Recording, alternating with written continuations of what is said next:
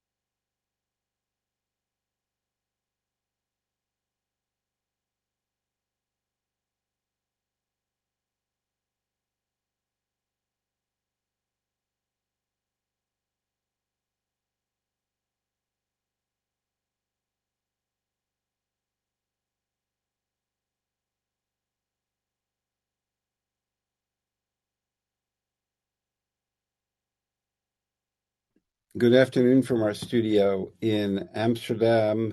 Before I introduce our guest speaker today, just some housekeeping explanation for those of you who've never joined the event. If you need to comment or post a question at the lower right-hand corner, there are 3 emojis that you can press for clapping, or if you find something brilliant or funny, and that will capture that.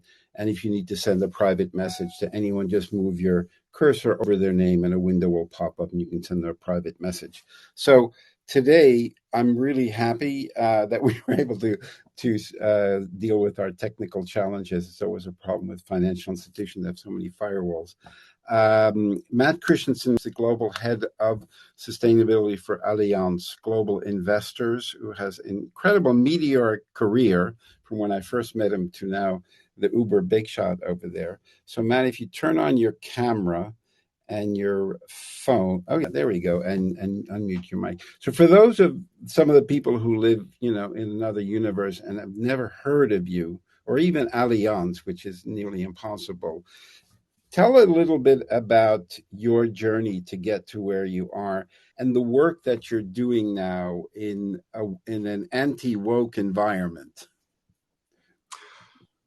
It started with you, Robert. So you are not off by that introduction, which is that I put my hat in the ring in 2002, and I was successful in becoming what a lot of people thought was to some degree a poison chalice, Robert. I'm not sure what you thought of it, but it was to be the founding executive director of the European Sustainable Investment Forum. It had been having some challenges in getting started. And as such, I was announced as that new executive director at your forum in Amsterdam. And that was my first time on the stage to start talking about this field of sustainable investments. And it was definitely humble days for the field. And you could argue that was the first movers, the pioneers that were very much a part of your event then. And look at how it's grown since. So I'd say that puts me over 20 years now working in the field, between having done that role for somewhat 8 years, and then doing a turnaround with a role to bring responsible investment at AXA Investment Managers. Did that for a number of years, and then now here at Allianz Global Investors for the last 2.5 years, and all that being based in Paris. And in terms of what I'd say about the current, I did notice that the debt ceiling got the House approval just now, which is at least somewhat reassuring. I've always said, as one of my passports is American, that Americans have 3 areas that are pretty ideological. They are a little bit, it's tough to have rational, non-emotional discussions. Those tend to be guns, abortion, and capitalism. Capitalism has a very emotional quality to it in many parts of the US about what it should be. And I would say it's not always the same kind of emotional content that you might find in other pockets of the world, at least in Europe. You have other things that we argue about. Every country has its own or harder rational discussions.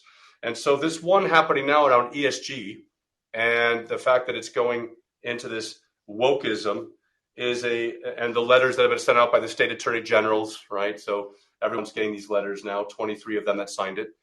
These are not the first time we've seen problems of the ESG discussion. It's another of a series of going forward with some hiccups along the way.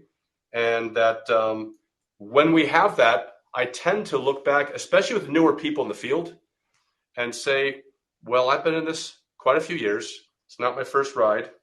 And if it's your first time seeing the backlash, get used to it. That's part of sustainable investing. And if you're not having any backlash, you're probably not affecting much change.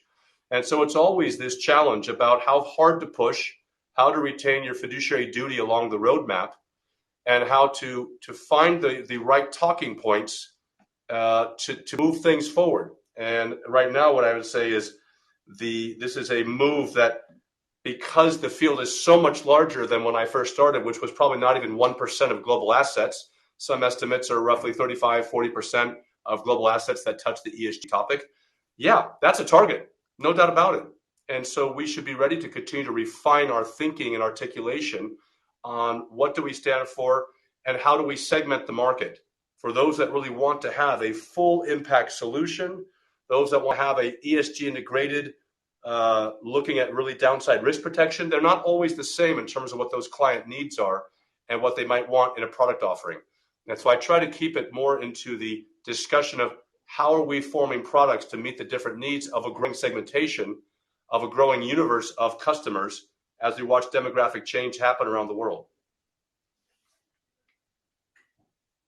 Who is more difficult to convince, your own staff or clients, about sustainability?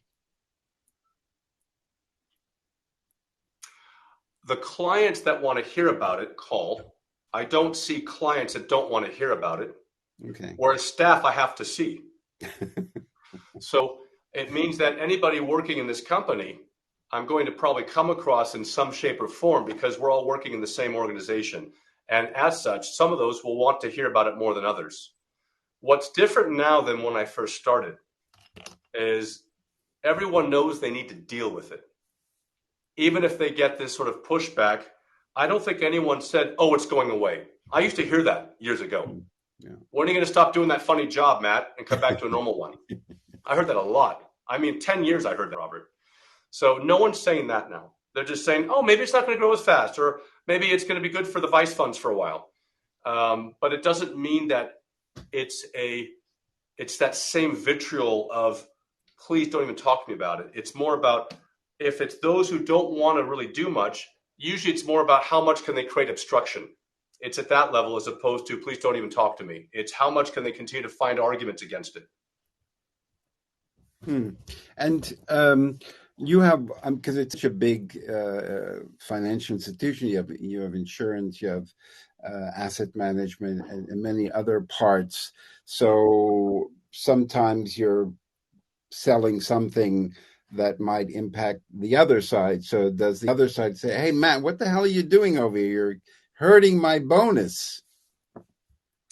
So my scope is within the asset management side. Of course, I have lots of dealings with the asset owner company, right, but my scope is the asset management side. And in terms of bonuses and those kinds of questions, there have been people that said having less exposure because of ESG hurt our bonuses last year. People have said that. Okay. But I've often said, okay, what was the one sector in the US that outperformed? It was energy. Were all you guys going to be putting your money in energy regardless of ESG? Like, did you guys have that insight? Or is that just an excuse? And so those are the kind of discussions we have frequently, which is part of my role is to make sure ESG is just not a quick, easy bogeyman to excuse other issues that might be happening. And but a lot of in the private banking sector, none of the private banks completely dominate the impact space because they've been reluctant to really allocate the resources internally or externally because they didn't want to be seen as the impact bank, but they didn't want to be not seen as the impact bank. So how do you deal? I mean, Allianz is so big. I mean, people have no idea how vast Allianz is on the insurance and investment side. And you want to be seen as a thought leader in the space, but maybe the board is not too crazy. Whoa, slow down, Matt. You know, we don't want to be seen as these tree hugger here. So what I would say is, and maybe for the audience, so the assets under management. Nope. Oh. Oh dear. That's weird. We lost Matt. I think Matt will come back.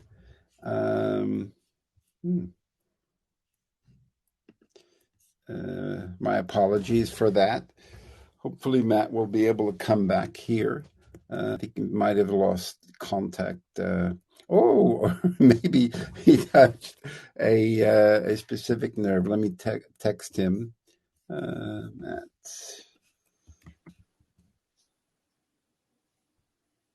There you are.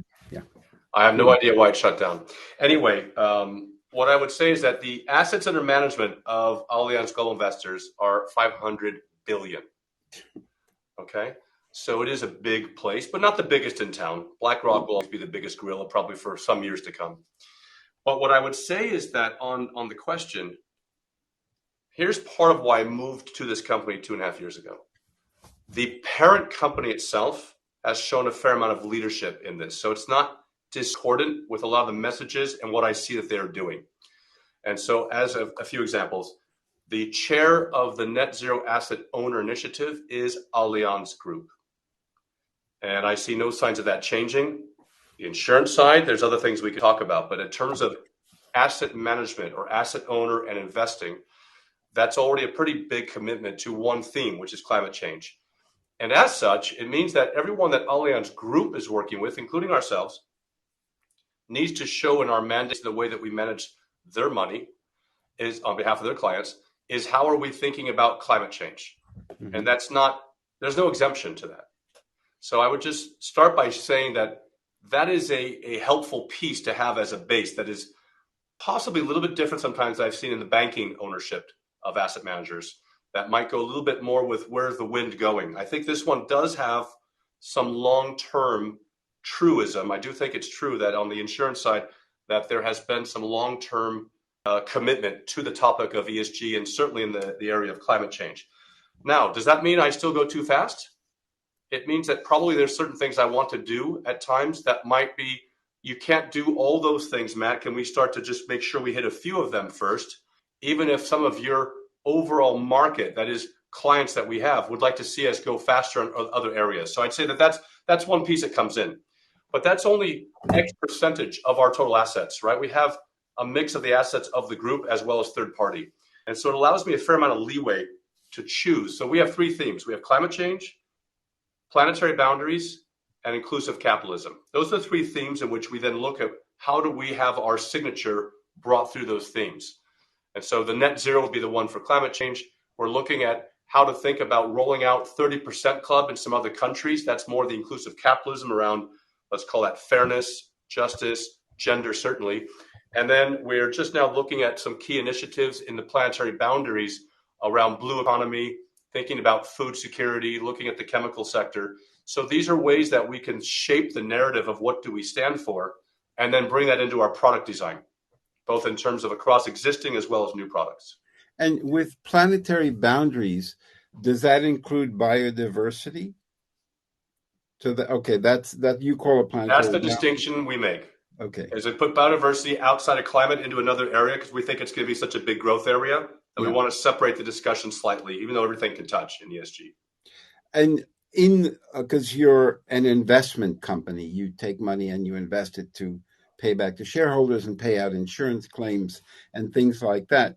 How are you? These are focuses: inclusiveness, planetary boundaries, and climate. How are you?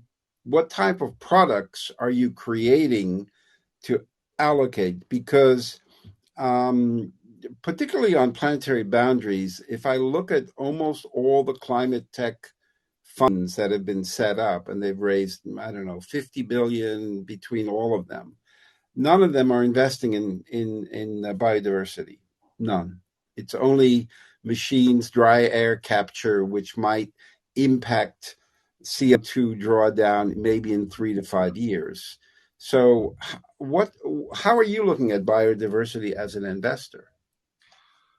Okay, so Without giving away too much the secrets. easier spot to have started Yeah. is in the area of private markets. And so I have oversight of our private market impact strategies. And on biodiversity, we have looked at everything from forestry, agriculture.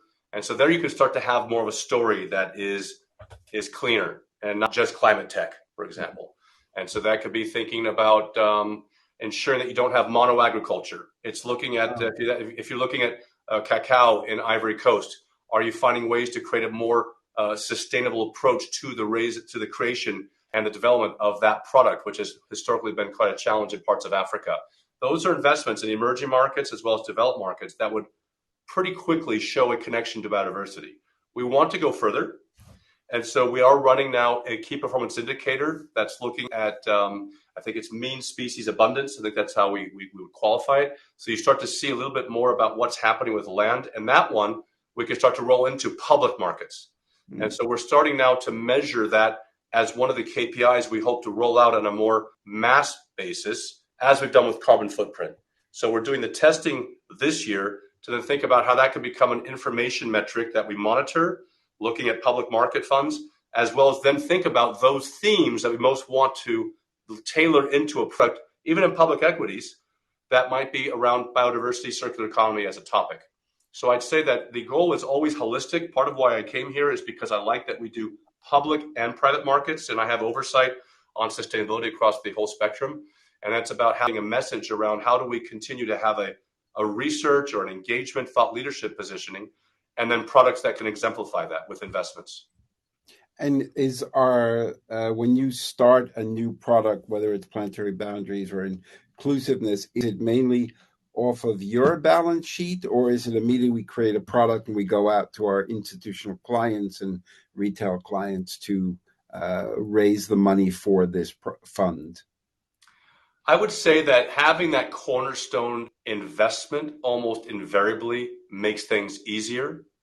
We do have others where we get approached by a bank who will say, can you work on this with us? And that becomes then the means to create a fresh from scratch product that then goes through the banking distribution network. But to create something that's from scratch with zero support and just go to the retail base and say, hey guys, you want to buy it? That's probably not going to be the best way to be successful. So there's usually thinking about what's the support structure of that initial batch of investments so that others look at that there's actually a base of money in the fund already, because that allows other tickets to come in that are bigger. And so that's more about business modeling. And for the, if there's a project there's been a lot of pushback, particularly about the American banks who've been big fossil fuel investors and backers over many, many years at the same time talking about climate. And I understand, there's a lot of legacy stuff and there's a lot, it's not going to, no one's going to stop investing in fossil fuels overnight. Does Allianz have a focus? If it's carbon intensive, we don't want to look at it, or is it a transition? Like, where are you on that? Because that's really where a lot of the large financial institutions are. We are, as signatories of the Net Zero Asset Manager Initiative, we are putting together the targets of the total assets that we deem to be on a net zero pathway. Right now, I believe that number is 14%. And so 14% of our book would be on that pathway. Oh, okay. Okay. And so that is about how fast can we keep moving? And that is where we have to really think through how quickly do we say we're going to do that pathway with, let's say now go to 20% or 30 or 40 or 50, knowing that by 2050, the goal is 100%, right? So that's a long-term commitment that the institution has made. The question is always about where do we find the right way to go with target setting that's more interim, that says, this year we move it up a bit or next year we move it up. And that's where we have to think through, well, some of these funds that we have under our, let's say, our book, clients didn't ask for that, right? So if we're going to start to do that for clients on the existing book, it's about, we think that it's still fiduciary duty led. We think it still makes sense and we want to be part of that transition. But if we would go too far ahead, then we start to have the 23 AGs being right, which is to say you're working against your economic interest if you go too quickly to decarbonize. And so what I would say is right now we're looking at a pathway that we are measuring, monitoring, and that pathway has an entire mathematical concept that we've been putting together with imperfect data. And that's why it's so hard, it's so easy to pick apart ESG right now. There's no perfect data in finance typically, but especially in ESG. And so we have to do this very thoughtfully with proof points and assumptions about how our engagement will be helpful and that the engagement is in line with our fiduciary duty. And that is exactly where the U.S. is trying to pick it apart right now. And I'm going to ask you a bit of a challenging question, which the others were not so challenging. Allianz and a couple of others. I wouldn't say they were easy, Robert. They're still thoughtful questions. Left the Allianz, the insurance, the insurance group, and was that because of the nonsense by the attorney generals in the U.S., or was it an issue that, okay, we might have some liability issues here? Can you talk about the reason for leaving? The reason for leaving, as has been discussed, as far as I've seen it, has been more about that in that area, it might not be as easy to do that kind of work as it might be in the asset management area. And I think that there's various reasons around that. Could be a smaller market of insurers, for example. I mean, the lead on that stopped as well. AXA was the lead, right? So I think that it's all about the political pieces around that initiative and the insurance sector specifically about the challenges to do that kind of work. So it hasn't impacted the asset management focus? No. Okay, so that's still full steam ahead from 14% to more. Moving it more. Okay. One thing that I was a bit surprised about because I'm still American, I still have a passport, and this woke stuff, because believe it or not, I haven't told a lot of people, TBLI went through exactly that. In 2004, I think it was, at Frankfurt. We were attacked by the MAGA nutcase Steve Malloy. Steve Malloy is the guy who lobbied that cigarette smoking was not hazardous to your health, and he lobbied that climate change was a fake and a fraud. So we invited him. He started an anti-ESG fund. I said, oh, this is cool. I'd like to have somebody. So he looked at who's on the panel, and the guy on the panel, had said something outrageous about Steve Malloy, so he refused to join unless I kicked the other guy off the panel, which I said I'm not doing. So he started going after every single one of my sponsors. He spoke to the moderator. He went to the dean of the school of the moderator to threaten him. But the guy was a punk, and I just said, sorry, go fuck yourself. We're not going to do that. And it was part of a PhD study. And I'm surprised that a lot of these financial institutions, which are so big and they have so much power, that they're so concerned about this, because the money flows are going anyway in that direction into ESG. Whatever the woke nutcases say, don't they realize? Don't underestimate, and I'll speak now outside of the U.S., the lack of knowledge of how the U.S. operates and what these kinds of letters or kinds of positionings can feel like to those who don't know the American way, which that happens a fair amount in America, this kind of stuff, this sort of tactic. It's a legalistic society, highly legalistic, the U.S. And other countries are not as used to that kind of a little bit of a gloves off culture about the way things can work, and they can be scared easily. I'm not saying that's the case for us, but I think that there is a nature about the political realm is now speaking on behalf of all these states, and private capital sitting here thinking, wait a second, how much do we want to deal with politics and in a country we don't know that well? Okay. I think there's a little bit of, they should go figure themselves out. We'll concentrate on other markets and where it's not going to bother us much.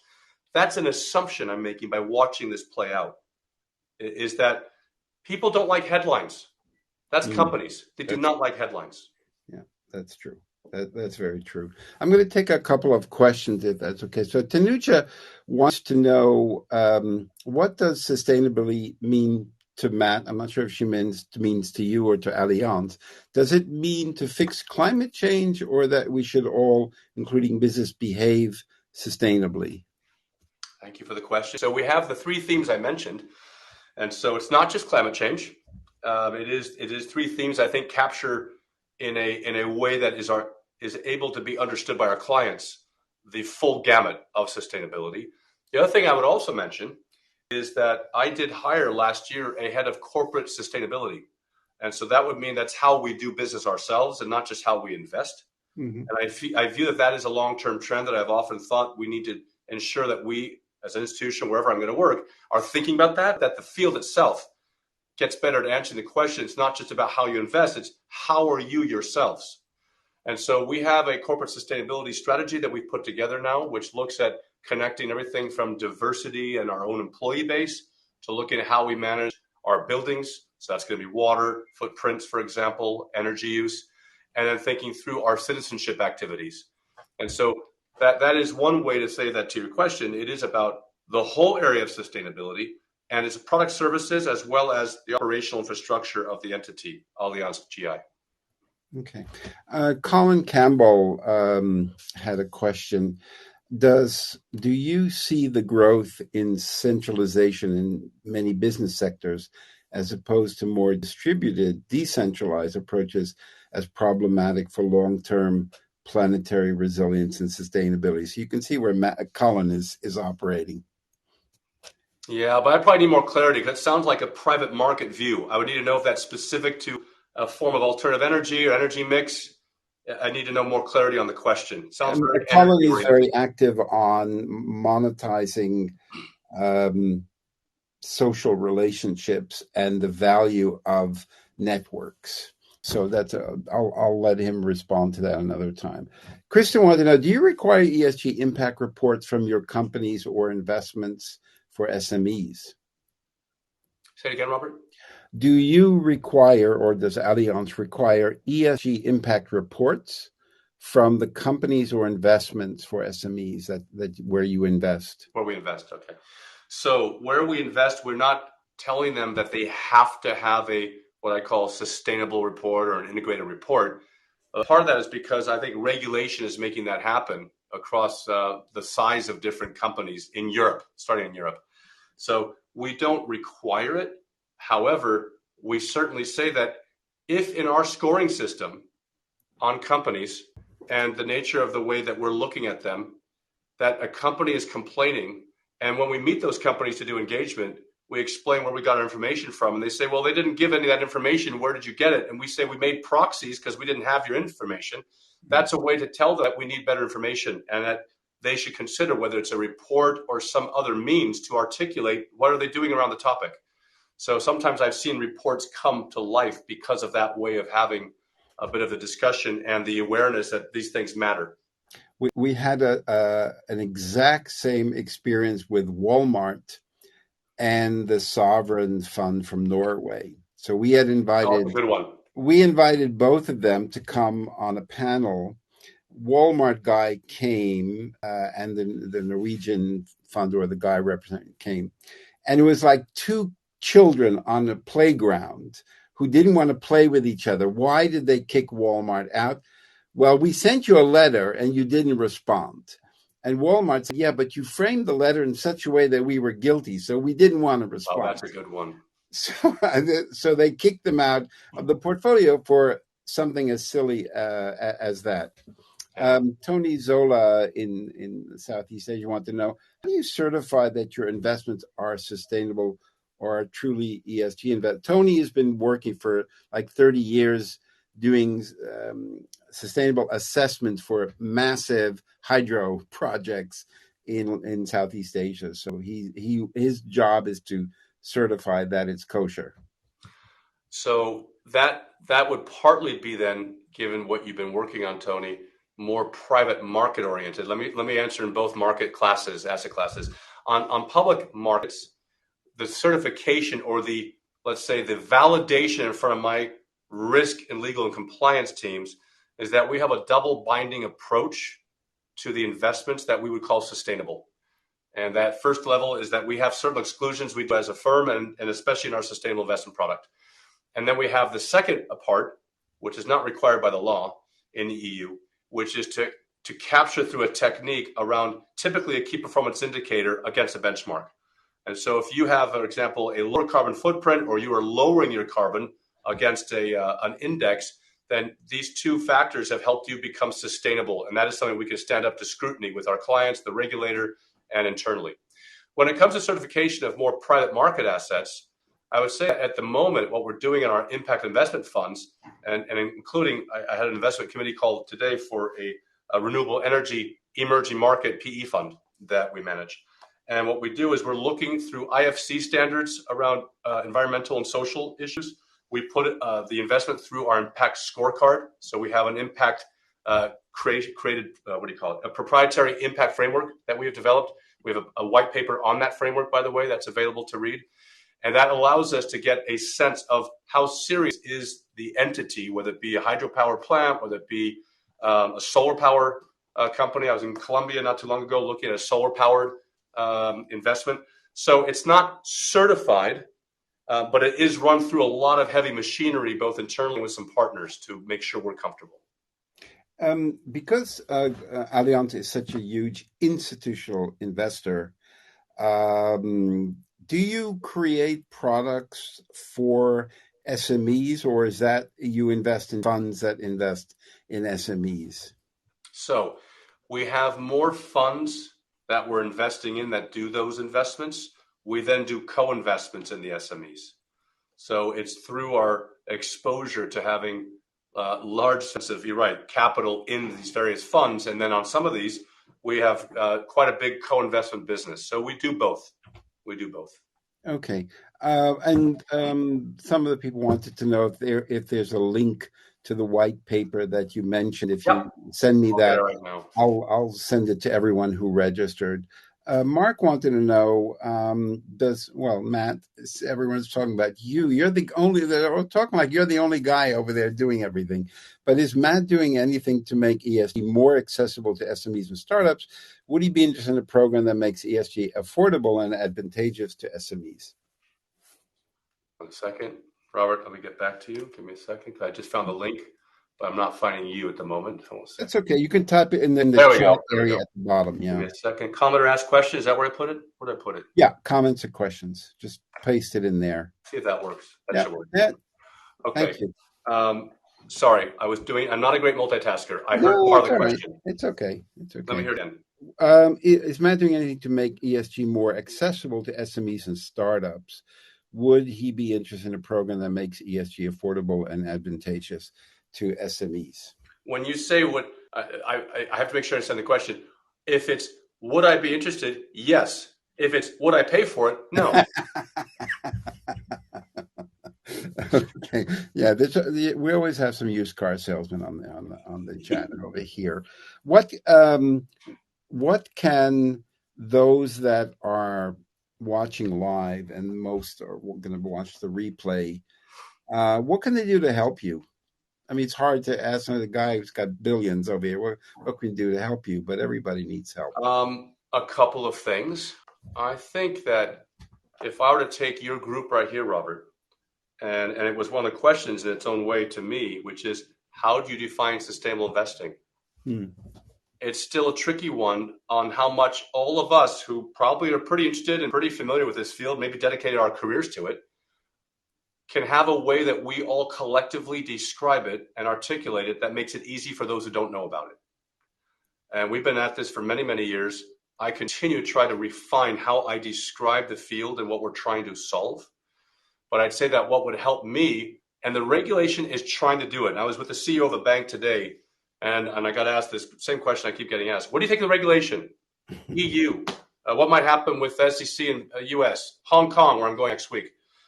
Taiwan, where I'm also going next week. A lot of regulation. So my answer right now would be, I think in 3 to 4 years, maybe it will be better than it is today. But I'd say that each of you, if you can find a way to make it easier to understand so people feel comfortable to invest in this area, that's already quite a big service that I think we're all collectively trying to do. We all have an interest in getting the capital into this way of thinking, into funds or investment ideas that are doing what they say they do, and that you don't get hoodwinked. And that's why all the controversy is around us right now. People feel that they got a little bit of misselling around this. Whether true or not, what they're all asking, I think, is what's the proof point? How do we see what's different when we invest this way? And so I work extremely hard, and my job is to make sure that there is a difference in the way these portfolios look over time, so that when a customer has put money in a sustainable investment fund, they're able to say something about it that's different than if they hadn't done it. And do you find that Asia, I mean, which area do you find the most hunger for investment opportunities at scale? Is it Europe, North America, Asia, Latin America, Africa? I would say that Europe is still probably the most seasoned. It's the most understood that there's something here. I no longer have to explain my job. People understand when they hear I'm in sustainable investing. That's a major change for me. I would say that in Asia, there's a lot of curiosity around it. When I was in Japan last week, that was certainly a lot of interest, and even moving from kind of the classic topics, I heard this from institutional and retail investors, to asking about blended finance. So that suggests a curiosity about that extension of where capitalism is going and how to think through innovative solutions, which we happen to be a specialist in blended finance. So I would say that Europe is an area, but you know what? In emerging markets, when it comes to energy, I think that's everywhere, Robert. I think when it comes to thinking about alternative forms of energy, that's across the globe right now as a discussion topic of interest. And in these three pillars of inclusive finance, planetary boundaries, and climate, you're looking at, I guess, very large direct deals, or you're one of the investors in the consortium, or are you looking only at funds, or are you looking also at fund of funds for asset allocation? I would say we're not doing fund of funds, but we're doing funds. We're doing deals on our own or in consortiums, and we're doing co-investments of those funds as well. So we're doing quite a wide swath of that. Yeah, but that's quite a big Swiss Army knife. Yeah. You're right. That's why I came here. Right. So the area most underneath my scope for the investment side, there's the overall assets that I influence. Right. That's a lot of what we're talking about today. And then there's the area that would be more about the area that I really have a supervisory role, which is on private market impact investing. And that would be in private equity and in blended finance, private equity and private credit. So that's the area I most get to look at very closely. And so on that one, that would be really my zone of core investing. And in terms of Swiss Army knife, the rest is I work with my fellow CIOs. I sit on the investment executive committee of the company. So I work with the private market CIO, who probably has 9 to 10 sub businesses underneath him, different types of private market asset classes, infrastructure equity, infrastructure debt, loans. I mean, so trade finance, so many different areas. So yeah, it's a wide, as you said earlier, it's a big company with lots of areas of expertise. And part of the role is to look at how we ensure an ESG integrated philosophy. And then where we can, I would say the next level is sustainable investment products or solutions. But ESG is, let's say that's the entry point, which is more about the integrated approach. Sustainability is further up the chain. Okay. With the new EU law or regulation that came in regarding climate and Green New Deal, I remember there was part of a kind of border carbon tax. So if China produces something that's carbon intensive and Europeans might be a bit more expensive, but they're lower carbon, I think it's going to take a couple of years for that actually to kick in. Do you think that will actually have an influence in investment more in Europe if it's carbon benign or not carbon intensive as it might be in Asia? We have certainly seen that tax policy has a lot of incentives around change. And that's why it often comes up that on fossil fuel and looking at the United States and other places of the world, isn't there adjustments to be made about how tax policy works to encourage alternative energy? So I would say that when it comes to carbon and climate, whether it be a cap and trade system, right, which is part of the EU, and now others are starting to follow and test that, whether it be thinking about a carbon tax, I think these are all good areas to experiment to see how the system is going to become more sustainable. We don't know which one will be the one that best influence, but in terms of the example you cited, I think it would be interesting to see if it shifts capital flows. I don't know if you're familiar with the concept of degrowth, post-growth, green growth, and the whole discussion about that there are planetary boundaries that we're reaching or will be reaching or have reached to push the idea of degrowth. It's hard for an institutional investor to talk about degrowth because they have to constantly make the money grow for people that they owe money to, whether they're pensioners or that. Do you ever have conversations about that idea of degrowth or post-growth internally? No. With my academic friends and when I'm invited to more academic leaning panels, yes. Yeah.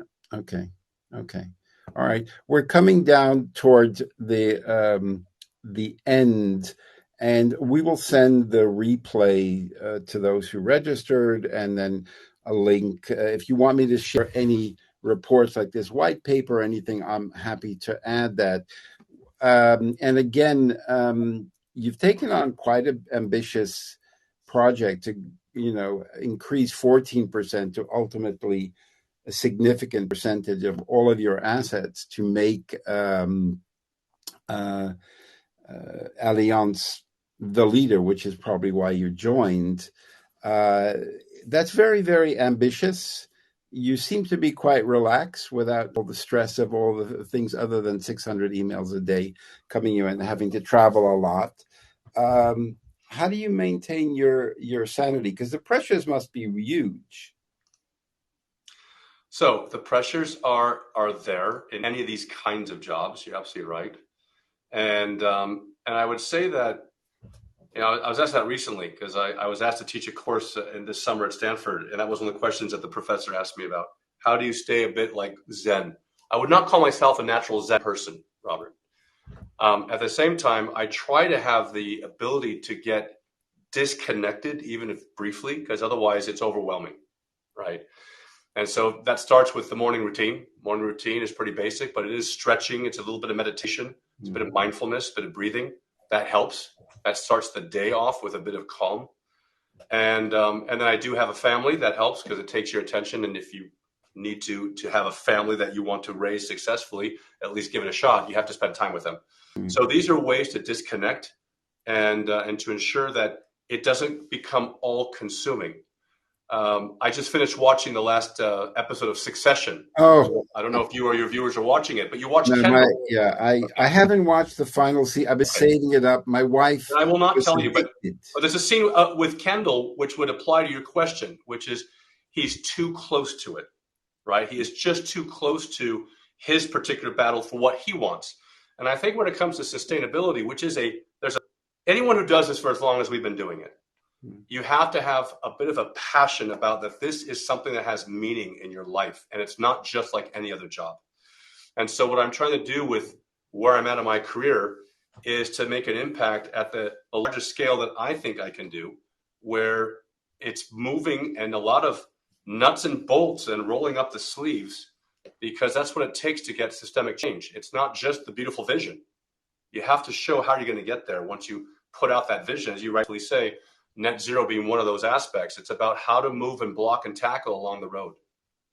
But they must have really wanted you, Allianz, because their headquarters is in Germany. No, the headquarters of the asset owner companies in Germany. So the insurer. Okay. But the asset management company where I sit has no headquarters, which I liked. Okay. The major offices are London, Paris, and Frankfurt, but there are offices also around the world. I think there's 26. So I've been to a number of them. So in that sense, no, there's not. AXIM, where I was, had a headquarters in Paris, and I was in the headquarters. This Okay. does not. We're gonna make a quick group selfie to prove that we were actually working today, and I really appreciate you taking the time because I know how busy you are, and I'm really grateful for doing this. Wave to the camera, and it will collate all of the photos. And if you want to stay, we're doing a virtual mixer after this, where you connected for a 5-minute video chat. If you have to go, I understand because I know we're really stretched. And so I really want to thank you, Matt, for not only your time but all the work that you're doing. And I need to thank our entire production crew: Sam, our producer, Crypto Genius, and Ramen Critic; Ricky, my absolute better half with no filter; Xi Jinping, our head of transparency and integrity; Vladimir Putin, our head of conflict resolution; Marjorie Taylor Greene, our Nobel Prize winner for stupidity; Elon Musk, our humility coach; and Donald Trump, our prison inmate fashion advisor. So thank you all very much. We'll go right into the mixer. Many of you are doing the photo. That's unusual. We never have this many so quickly. So I will end this. And yes, and go I into love the that list, Robert. Great list. go into the mixer. If you want, you're more than welcome to join if you want to. But if you have other stuff, I'll understand it. So thank you so much for doing this, Matt. Thank you, Robert. Always a pleasure. Thank you for everything you and your team have done, and always bringing an incredible group of people together. Okay, you stay well. Bye-bye. We're going right into the mixer. See you Bye-bye. guys.